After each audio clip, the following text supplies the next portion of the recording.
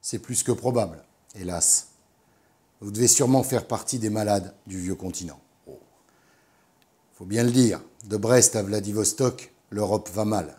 Et se fait mal, par contagion.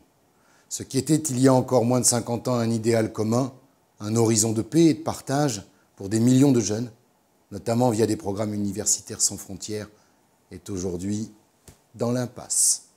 La faillite menace, partout, et nous rend méfiants au mieux vis-à-vis de nos voisins.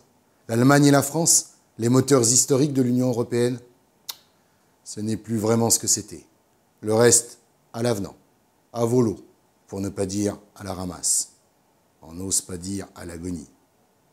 Raison de plus pour reprendre espoir et retrouver ce qui nous unit plutôt que ce qui nous sépare. L'Europe d'un patrimoine commun, pas celui des traders et des fonds de pension, pas celui des spéculateurs et des milliardaires chinois. Non, l'Europe, notre famille, depuis des siècles, avec ses conflits aussi, mais aussi son identité, son art de vivre, son âme éternelle.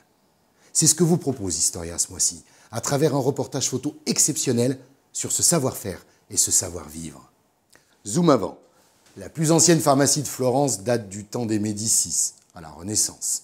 Ses murs font davantage penser à l'intérieur de la chapelle Sixtine qu'à une petite officine de quartier. On y fabrique encore les remèdes qui soignaient les princes d'alors. Toujours en Italie, mais cette fois-ci à Venise, nous avons retrouvé le dernier fabricant de gondoles, fidèle au cahier des charges qui prévalait sous la République des Doges. C'est simple, il ne manque plus que la musique céleste de Vivaldi. À Londres, nous avons retrouvé le perruquier des lords. Depuis plus de 3 siècles, il fournit toujours les magistrats et les dignes représentants de la haute chambre britannique. En Bavière, nous vous offrons un rafraîchissement unique, la brasserie la plus ancienne du monde. Elle remonte au XIe siècle et elle a survécu à 4 incendies. Un séjour désaltérant autant que des paysans.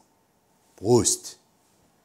Un échantillon non exhaustif de ce tour d'Europe des échoppes et des traditions à découvrir ce mois-ci dans Historia.